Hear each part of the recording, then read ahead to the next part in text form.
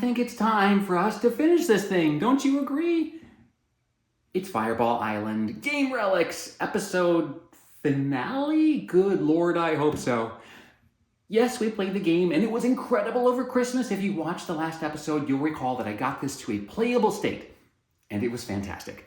Better than I could have dreamed. But there's some stuff that I want to fix on the game. One, the lid really sticks. These like leg things that hold the lid on, they're a little too tight. So I'm gonna sand those back, fix those. I wanna add some brackets to hold the lid down. I want to hopefully get the inside lined, and I wanna make some legs. This is intended to be a coffee table, and that is what I'm going to start with, the legs. The idea is I want to have a kind of like a little, I guess like a picture frame with table legs on it that's gonna sit underneath the crate. So it's gonna hold the crate up as a coffee table, and when you wanna travel with the game, you can just lift this off. You'll see as it comes together, it'll make more sense, but I'm just gonna have to carefully measure here the bottom of the crate, because I want it to nest here inside of this space. So we're looking like 19 inches by, I believe, 29 inches. I'm going to make use of some African acacia wood that I have. This is very similar to the koa wood that is very popular in Hawaii, but I guess it's just from Africa in this case. And here you can see what I have in mind for this picture frame plan. Now I'm going to be using mortise and tenon joinery to hold together these 4 pieces of wood. So with that said, let us take out the table saw. As you may recall, I am a little superstitious when it comes to filming me using power tools. I'm just terrified I'm going to catch myself having a horrible accident on film, so I only really filmed the setup and a little bit of action with the chop saw, which I am much more comfortable using. Needless to say, I measured many, many times before I committed to cuts, and once that was done, we headed back into the studio. Whew. Okay, we've got boards. As always, I didn't film me using the table saw because I am superstitious, but we got them. I hopefully measured everything correctly, and it's time to hop into the house and work on the computer. I want to do the fancy, like the joinery with the shaper origin. That's that crazy tool from the future, that CNC, handheld CNC router. So it's time for computer stuff. Actually, let me take that back. It's time for lunch and then computer stuff. And then, it's Sunday. I don't know if I'm going to have time to actually cut these today with the shaper. We'll see how long lunch goes and how much energy I have after lunch. Time for lunch.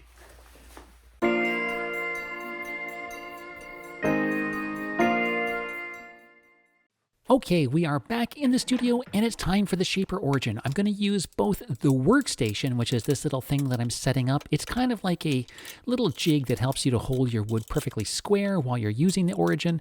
And it also comes with all these little bells and whistles that help you hold down your work while you're cutting it.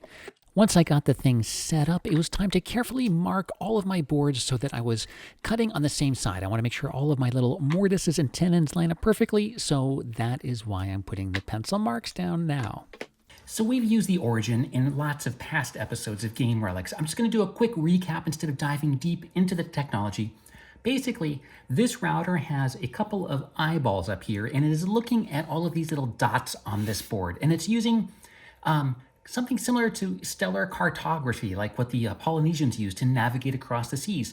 These are all fixed points, so it knows that these will never move. So as I move this tool around by judging its distance from these fixed points, it knows exactly where the router bit is, and it compensates for all of my little wiggling and will follow my desired cut path perfectly. It's an amazing tool. Let's put it to work. First things first, we want to download the tenon and mortise files that I designed and place them onto the wood. So you can see here I've dropped it onto the wood and I'm going to line it up precisely. And then we start cutting, and now you can see it's like playing a video game. I'm looking at the screen, and it's got a little line that I am following, and as long as I keep the crosshairs inside of this line while I'm working, it cuts a perfect piece. So here's a close-up. You can see the crosshairs I'm following. That blue path is showing the cut. It does it in several passes, and you just get this unbelievable perfect result.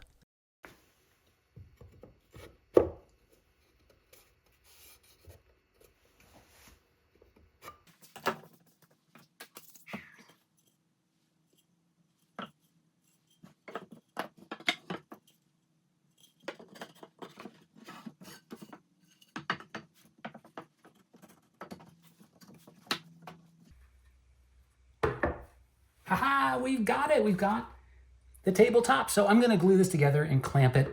I did these 1/1000th of an inch as a little bit of expansion. I probably could have done half of that and had them a little more snug, but I'm not going to worry about it. The glue is going to hold it just fine. Yeah, we're going to glue it and clamp it. And then I've got something special coming in the mail. So we will return to this thing next week for the finish of the base. Before calling it a day, I did indeed glue the tabletop sections together. I used a Tite Bond. I think this is Tite Bond 2, Tite Bond 3. I don't know. It's a wood glue. And I just really smeared it all over all of those little pegs and put the thing together, and then madly ran around the studio trying to find clamps that would work. I don't often glue things together like this, so I had to really scrounge around to find my longer clamps to hold this all together for it to cure properly.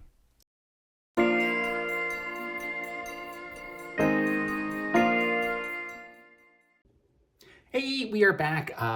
I guess maybe 1 week, 2 weeks after I filmed that. I don't know. I lost track of time. Anyway, the glue is definitely dry. I'm going to take this out into the cold in between rain and snow to sand it down, and I want to use a router to just put a nice little beveled edge, just a really subtle rounded edge on this, just to make it a little bit nicer to handle. And then the last step is I'm going to put a coat of water locks. It's like a tung oil finish on this, and then it should be ready to apply the legs. I'm waiting for the legs to come in the mail. We've had some awful weather here. Not so much here in Eugene, but Portland and everywhere else just got dumped with snow. So the table legs that I ordered are kind of stuck in the snow. So they're a little late. Anyway, that's fine. It gives me plenty of time to finish this up. Let's get out there. So very quickly, while some very ominous gray clouds rolled in, I did a bunch of sanding, and then I took out the router and put that beveled edge on, which ended up turning out really nice. Now, why am I doing this outside and not inside in this cold, rainy day? I don't want to get sawdust in the studio. I try to minimize sawdust as much as possible. Why? Because we have a laser cutter in there, and lasers and sawdust don't mix. So I try to be really careful with that stuff.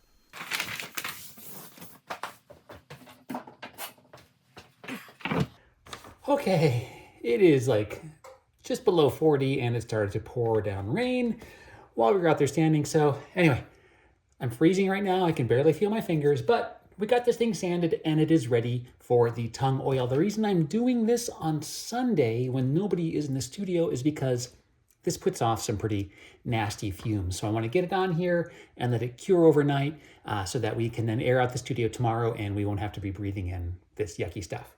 That being said, I'm going to be putting on gloves and a respirator, so I think that it's going to be voiceover for a little bit. And here is the voiceover. We are using water locks. It's a tung oil finish, and I'm going to be putting on, this is just the first of what will be 2 coats. This first coat is what we're going to really you want to just saturate this wood, get it all in there, and then I'm going to let it sit until it's completely cured, and we'll come back with the final coat, I guess maybe next weekend, and I'll use a satin finish for that. I'm back! Now, I know for you folks at home or in the car, wherever you're watching this, well, don't watch this in the car, it seems like no time has passed at all. But in reality, it's been several weeks since I got the water locks finish onto this frame. I've just been sitting here. We've been doing a lot. It's been a busy time in the studio. At any rate, I've managed to get a little bit of a weekend, so I am going to not only put a second coat, like a final coat on this, but we're going to get the legs on it. I'm really excited about the legs. They came all the way from England, so they're pretty cool. Anyway, today it's Saturday, and I'm just going to put a second coat onto this. I'm going to be using I'm going to be using the same stuff, water locks. It's a tung oil finish, but I have a satin finish one that I'll be using for the final coat.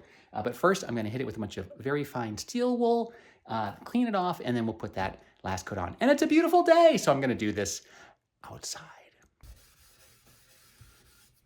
Okay, I think that's good. I mean, we're basically like when you put the first coat on, it, the wood soaks it up and the fibers can kind of come up a little bit. This wood is really hard, so it doesn't really get rough too much when you apply the finish. But I want to knock it back a little bit, and we're going to put on the second coat now. We're going to do it outside, like I said, because it's a beautiful sunny day. It's been a while since we've had some sun. It's been a little snowy lately, so it's nice to have a little bit of sun. So I'm going to take advantage of it. Of course, we are using all of the safety equipment. Even though we are outside, I'm still wearing a respirator and gloves to keep the stuff off of my skin and out of my lungs. And we're applying this final coat with just a rag. I just want to kind of work it into the surface with the rag, just to avoid brush marks. This oil is very forgiving, but I like to try to avoid the brush mark if I can. Speaking of safety, whenever I use solvents, I make sure to keep all of the rags and containers outside, spread out until they fully cure before I throw them away to avoid spontaneous combustion.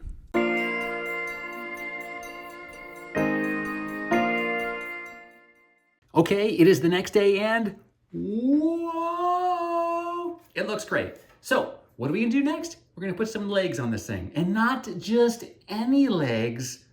We're gonna put some super cool legs on them. Okay, when we started the Fireball Island project, I had these vast plans. I filled my sketchbook with maybe I could do some fancy wooden legs, maybe there could be some joinery, and I was falling into the trap of perfection where I was just postponing this project forever. I mean, it's been years that we've been working on this thing. And my ideal thing in my head was so fancy that I was just planning it, and I was freezing with fear of maybe I couldn't pull it off. So I just said, you know what? Let me just put some cool table legs on here that I buy and not stress about this. I thought some neat hairpin legs would look neat, so I looked for hairpin legs on Amazon. And then I found some really cool hairpin legs in Europe. I guess they're from the UK, and they're a fancy color. Now, they are more expensive than just a general hairpin leg that you can get from Amazon, but I thought it would be worth it. And I thought it would just be faster to do it this way. Ironically, it took a long time for those hairpin legs to get here from the UK, but anyway, it doesn't matter. They're here, and they are a fabulous volcanic color. Look at these. I'm so excited about them. Magma orange. Let's get them on the base. So we first had to unpack them all. They're packed extremely well, and they also came with, they didn't come with them. I ordered them extra. These kind of little nubbins that can clip onto the bottom of the hairpins, just in case you want to protect your floors if you're going on a nice floor. I don't know if I'm going to use them or not, but since these came all the way from the UK, I didn't want to have to order them and wait for them if I ended up needing them. So I have never worked with hairpin legs before. I'm not really a furniture maker, so this is all new to me, and I am not sure where they would work best. I am just going to split the difference and put these in the middle here of the base. If they're too close to the end, the hairpin will extend past the edge of the table, and I don't think that would look cool. The neat thing about hairpins is when they almost, for me, line up with the end of the table. So that's gonna be about there. So we're gonna try that. We'll see if it works. If it doesn't work, let's just hope it works. It's gonna work. It's gonna work. To attach the legs, I dug deep into my tool drawer to this ancient thing, which is great. It's this spring-loaded alignment tool specifically for drilling attachment screws in things that have holes like these hairpin legs do. So I carefully marked the corners, and then, ta-da! The little drill bit attachment centers the drill in the hole and puts it exactly where it needed to be. Now, I couldn't reach the insides with this fancy drill bit, so I just marked them with the pencil and then used a center punch, which it's like a spring-loaded center punch, and that would let me get the screws exactly where I needed them to go.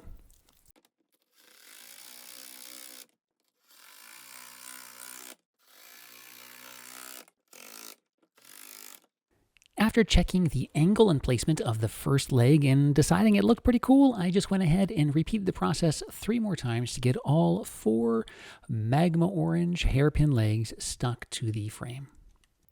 I want to quickly thank the hairpin leg company for including an extra screw. They have 1 extra screw in here. Maybe it was an accident. Maybe they didn't mean to ship 1 extra screw, but I like to think that they planned this just in case I dropped one of these behind the workbench and couldn't get it. So thank you, Hairpin Leg Company, for the extra screw. And no, they're not sponsoring me for this. I went out of my way to get the fancier hairpin legs because 1, they offered a ton of variety in lengths that I could get, and also the luscious colors. I mean, come on, this orange? How can you not get this orange? Anyway, extra screw, well done. Okay, here we go, moment of truth. Will this actually stand up?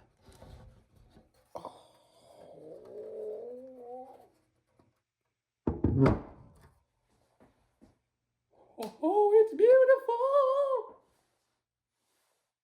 Oh, yeah. Oh, the hairpin legs, they look fantastic. Of course, looks are not everything. Of course, the real question is, does the crate fit on top of this? Let's all collectively cross our fingers and find out together.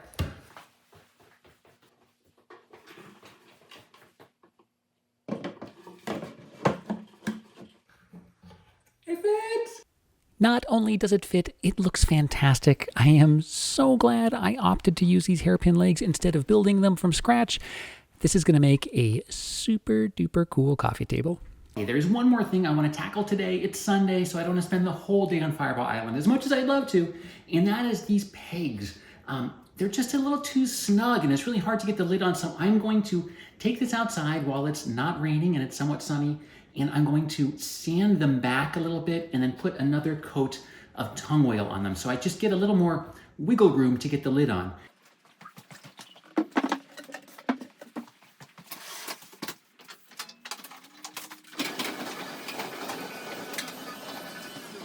Okay, so I have sanded this back. Hopefully the lid will fit a little more comfortably on top of the box.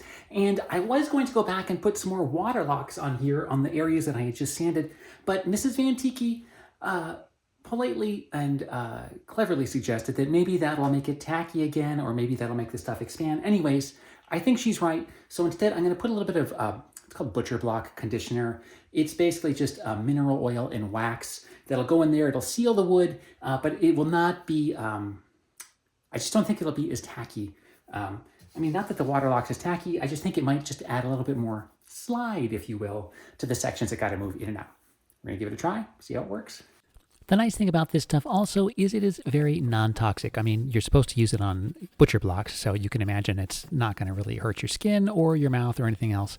So I'm just applying it with a little paper towel, and then we're going to let it dry or evaporate, and I will buff it back with a clean towel, and it's good to go. Okay, I've got the oil on, the staves have been sanded. Let's see if the lid fits nicer.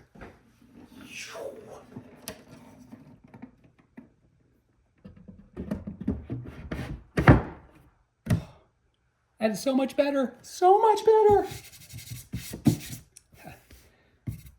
You know you're in a ceramic studio when you get slip on your board games.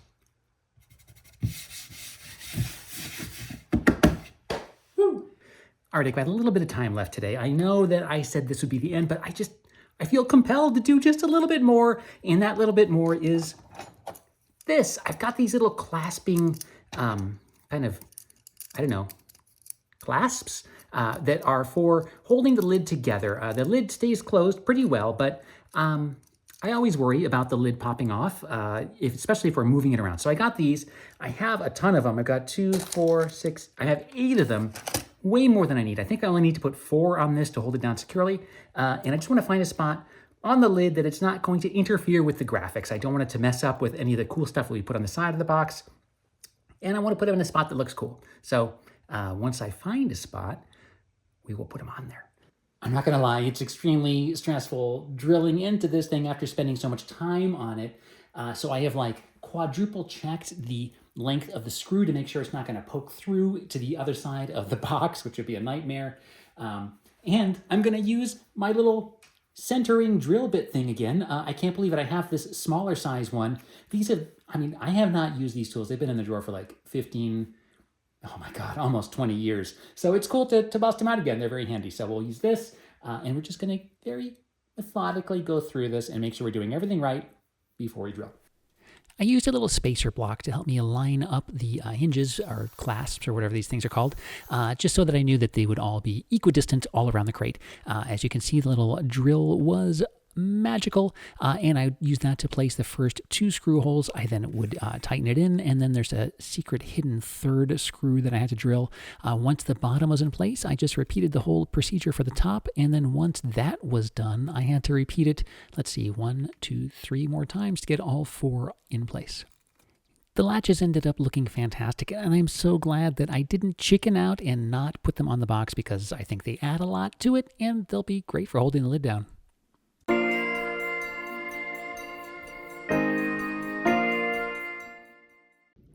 It is Sunday, and I am set up to watch some YouTube in the studio. A special thanks to at Eric A on Instagram for pointing me in the direction of this video. It is a how-to video for using this stuff, Mod Podge.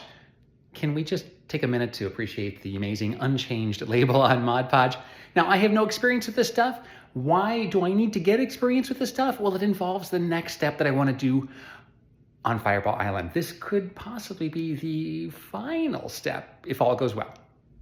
And that final step involves this, the insane artwork on the original box that the game came in. It's just so beautiful. I mean, look at this. Look at this volcanic nightmare that's unfolding. I want to try to incorporate that into the actual crate. And I think what I want to do is carefully cut this box up and line the inside of the crate with it. And I think Mod Podge might be the right stuff to use. Now, I don't know how far I'm going to get today. Full disclosure, I had the shingles vaccine shot yesterday afternoon. I feel fine so far, but Mrs. Van Tiki had it last weekend and it took her out. So I feel like there's like this ticking clock that, you know, maybe in a couple hours I'm going to just die. We'll see. And I've got to decide what's cooler, the front or the back. The back art is really rad, but oh, I just love the front. I mean, look at this. Every single explorer on this is about to get killed by a fireball. I just love that so much. This is one time where I want to be very careful with my measurements because I only have one box to play with. So the box top is like 19 and a quarter by I think 25 and a quarter. Unbelievably, this box is 19 and a quarter wide.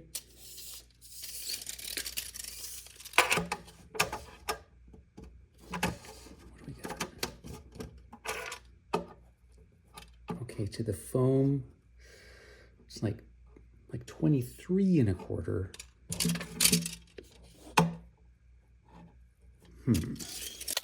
With the measurements, I decided to disassemble the box and lay it out perfectly flat, just so I could really accurately measure my surfaces. Because again, I've only got one of these things and it's not easy to get a replacement. Okay, I've got the box all opened up, laid out flat, and I know that if I want to perfectly cover the bottom of the crate, it's 19 and a quarter by 23 and a quarter. I really wanted to use this whole front section, including the Milton Bradley Key to Fun side thing with the ages 7 and up for 2 to 4 players. But that's just too long. That's 25 and a half. Just using the graphic, that comes out at 22 and a half. So of course, we're in an odd size dilemma, and I'm not sure how I want to solve this issue. Oh, I could do this. This is 22. No, even that would not work. This is going to take some puzzling because I only get one shot. You know, it does perfectly fit the back graphic. If I put the back graphic on there, it's exactly 23 and a quarter inches on this back. The back is kind of cool because it does show the game as it existed in 1986. In fact, this photo looks to be a prototype of the game that was pre-production. Volcar looks completely different than it does in the actual playing game, and the island itself is it's just a little odd looking. It looks like it's been painted by the art department. It's a prototype. They don't even have the real game probably to photograph for the box art. I mean, the front is so iconic, but this back fits perfectly. What do I do? While getting a fresh blade for the X-Acto knife, I decided, you know what? I think that this volcano is where it's at. I mean, it's just such a great painting. I'd be crazy to not feature it. This is really, really difficult. To commit to this, I'm just gonna see how this looks in the box before I make some final cuts. I think I'm just gonna feature the volcano and call it at that. Maybe I'll put some stuff on the side. I don't know. Let's take a look.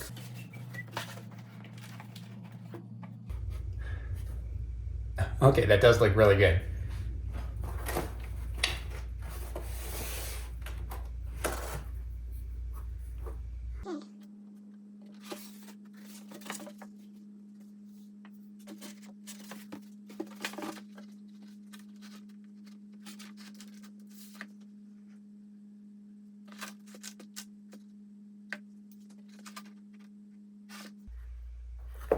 I'm really limiting myself based on the foam that I put in here. Maybe I should redo this foam and let me use the whole front box art. Maybe that's the way I should go with this. Yeah, I feel...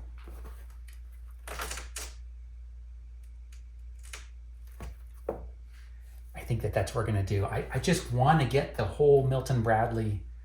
I got to get all that in there. It's important. It's the history. It's the source of the game. You know what I mean? I want to honor the history. So I'd like to get that whole box art in there if I can. Yeah, we're going to do that. Okay, the big decision has been made, and sometimes when you make a very difficult big decision, you get a little surprise. Sometimes you get some good news. I totally forgot that I used this double-sided tape to put this stuff down. For some reason, I thought I used a spray adhesive. So yeah, the foam came out great. Oh, so relieved. Definitely glad we're doing it this way. Also, I chew my fingernails, so this is very difficult. To make up for my lack of nails, I went and grabbed a scraper, and then I very carefully triple-checked the wall height measurements because I think that, yep, we're going to commit to using as much of the box as we can and putting some on the side of the crate as well. I have got what I'll be putting on the bottom. I've got what I'm going to be putting on the long side 1. I've got what I'm going to be putting on the long side 2 over here.